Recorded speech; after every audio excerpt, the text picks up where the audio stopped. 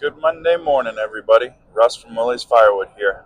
It's not quite daylight out, so that's why everything looks a little funny.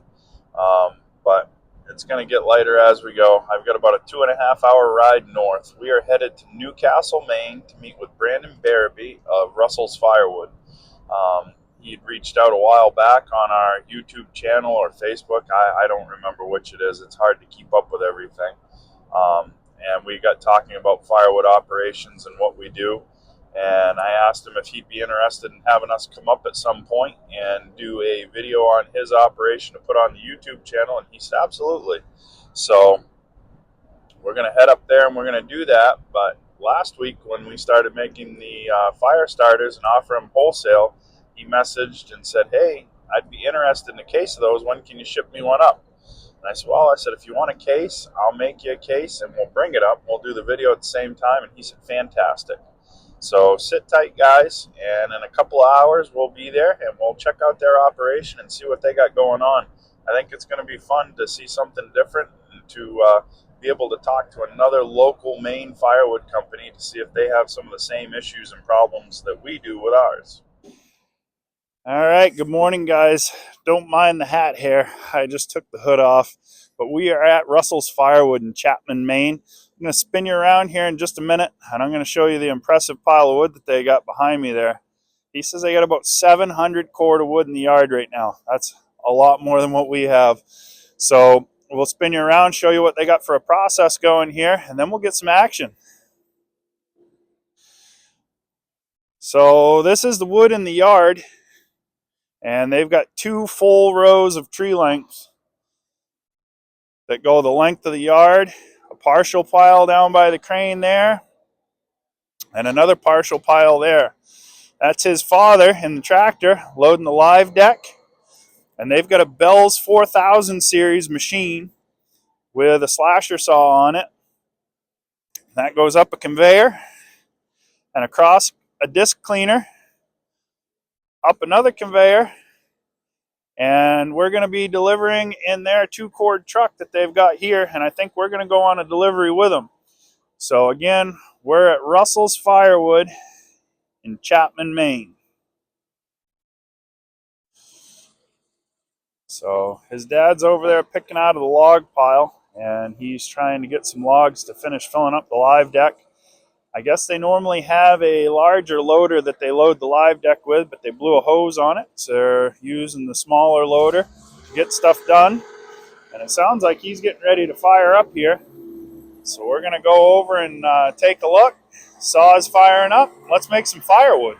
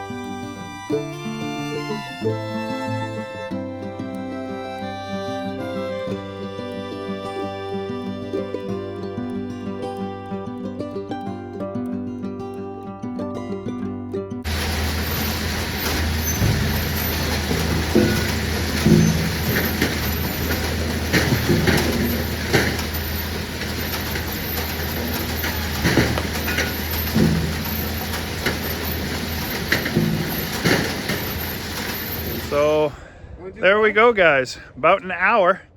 We got that all loaded on the truck. There's 2 full cord on there. It looks different on a truck than it does on the dump trailer, but I pull that same amount of wood with the Tundra. You believe that?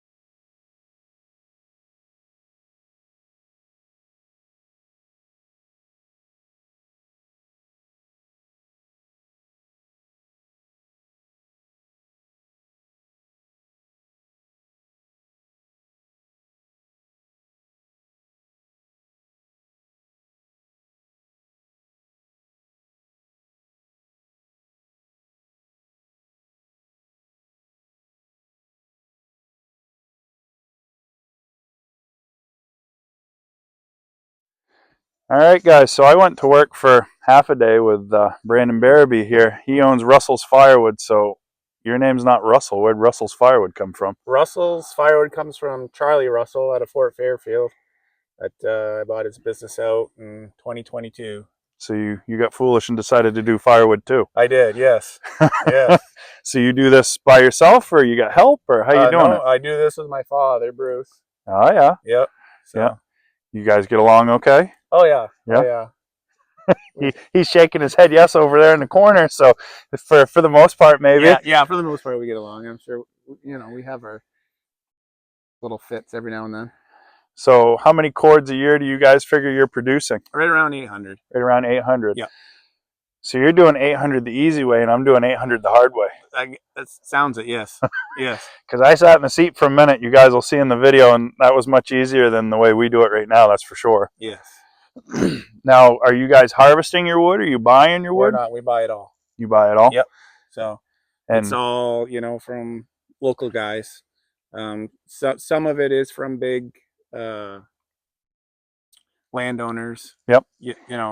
But yeah, most of it is from smaller local guys. So the trend lately has been smaller split firewood for everybody. What are you guys seeing up here in Aroostook County? Because this is kind of like southern Canada. It's not Portland. You're closer to Canada than we are to Massachusetts. So I would say probably maybe a quarter to a third of our firewood is people ask for small split. Yep. A lot of the elderly or widows, women that are by themselves, they just can't handle the bigger wood. But I guess just regular stove wood is our standard split. That is the most popular. So for everybody that doesn't know, stove wood is what all the old timers refer to as firewood, and it was split bigger because they didn't want to have to feed the stove every 2 hours. Right. So that's what I grew up with.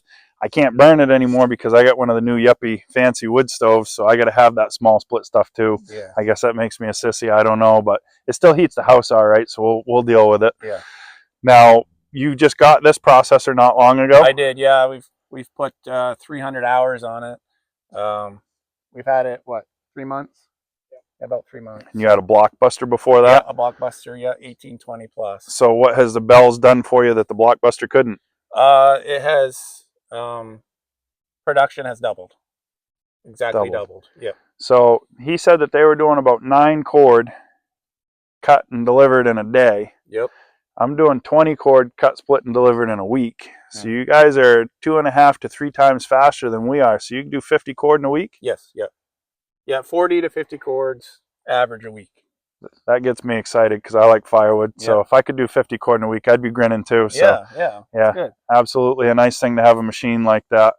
Now, any plans for expansion in the future? You're going to keep plugging where you're at? You got a goal? What are we reaching for? Well, the goal is for the last couple of years is to hit 1,000 cords a year. I think that should be easy enough. Well, we're trying. we're trying. 20 weeks out of the year at 50 cords, you got it. So what are you going to do with the other half of the year? Yeah, vacation. Vacation. I haven't had one of those in a long time either.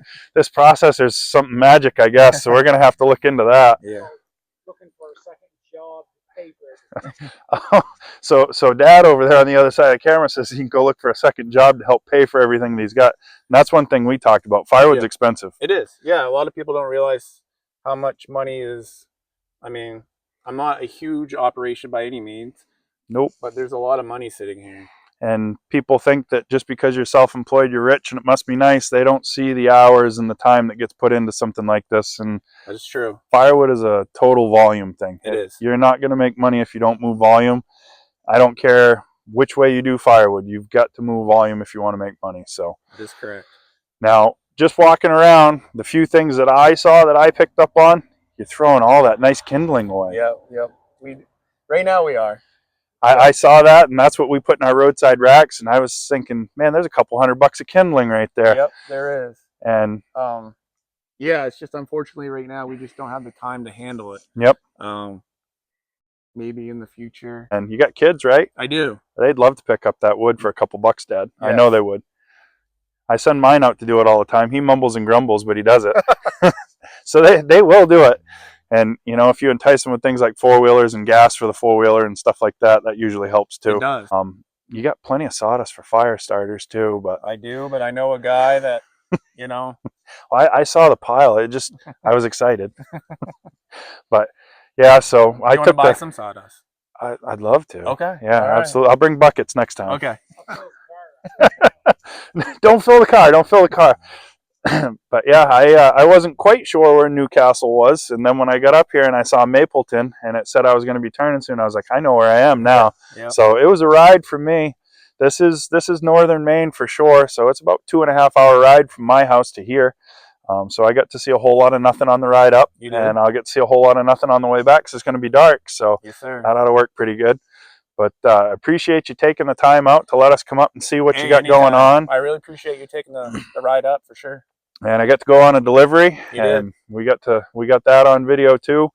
Got to go on a long delivery, so we got to go for a ride, and I think we covered just about everything firewood we could cover while we were out there, and then maybe some life stuff too. So yeah, we did. Yes. Overall, good day, I think. It was an awesome day. Well, I appreciate you taking the time to let us come up, and I hope those fire starters work really good too. I have no doubt. I know a guy that can make more. I do too. All right.